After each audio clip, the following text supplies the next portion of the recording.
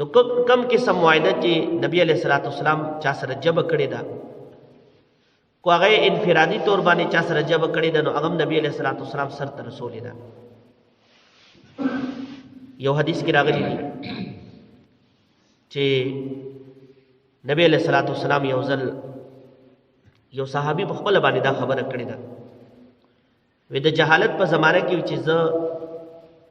لا نو مسلمان شوی او نبی علیہ الصلوۃ والسلام باندې د نبوت د سلسله لا نو شروع شوی وې دا هغه وخت یو واقعه ده ایمان نبی علیہ الصلوۃ والسلام ته چې دنو دا خبرو کړ چې زه راځم ده تاسو دلته ودرېږئ څه تجارتي معاملہ وا تاسو دلته ودرېږئ انتظار وکئ او زه دا دی راغلم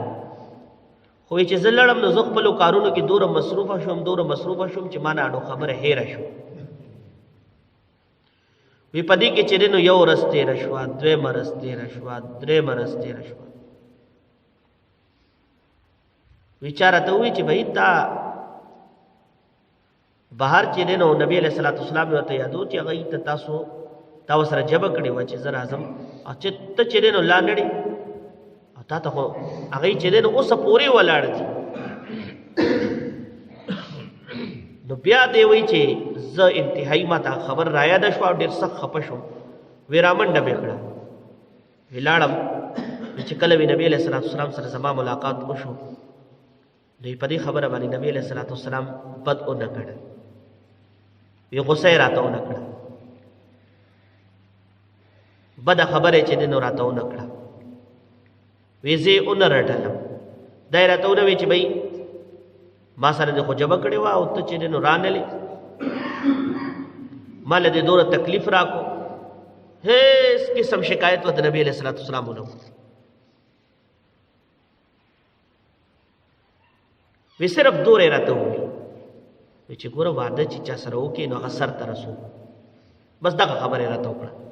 چې چا سره واده وکې نو هغه واده چې دی نو هغه سر ته رسوه بس وی دوره خبره راته وکړه وی دې نه علاوه نبی علیہ الصلوۃ والسلام ماته بله خبره ونه کړه دې نه علاوه نبی علیہ الصلوۃ والسلام چې دی نو کو کافرانو سره معاهدې کړي دي نو هغه یې سر ته رسولي دي کو یو قبیله سره نبی علیہ الصلوۃ والسلام معاهدې کړي دي د اسلام په زمانه کې کو قبیلو سره معاهدې کړي دي نو هغه یې سر ته رسولي دي کو قومونو سره یو ملک سره وعده کړی دا نو هغه نبی علیہ الصلوۃ والسلام چې نو هغه سر ته رسولي دا او دا غي پوره خیال چې نو هغه ساتلې دي دا غي معاهدو د یو شک په نبی علیہ الصلوۃ والسلام چې نو پوره خیال ساتو او صرف نبی علیہ الصلوۃ والسلام نه د نبی علیہ الصلوۃ والسلام تربیت یافته صحابه چې هغه له نبی علیہ الصلوۃ والسلام دا شانتي تربیت ورکړو چې هغه تربیت مطابق بچی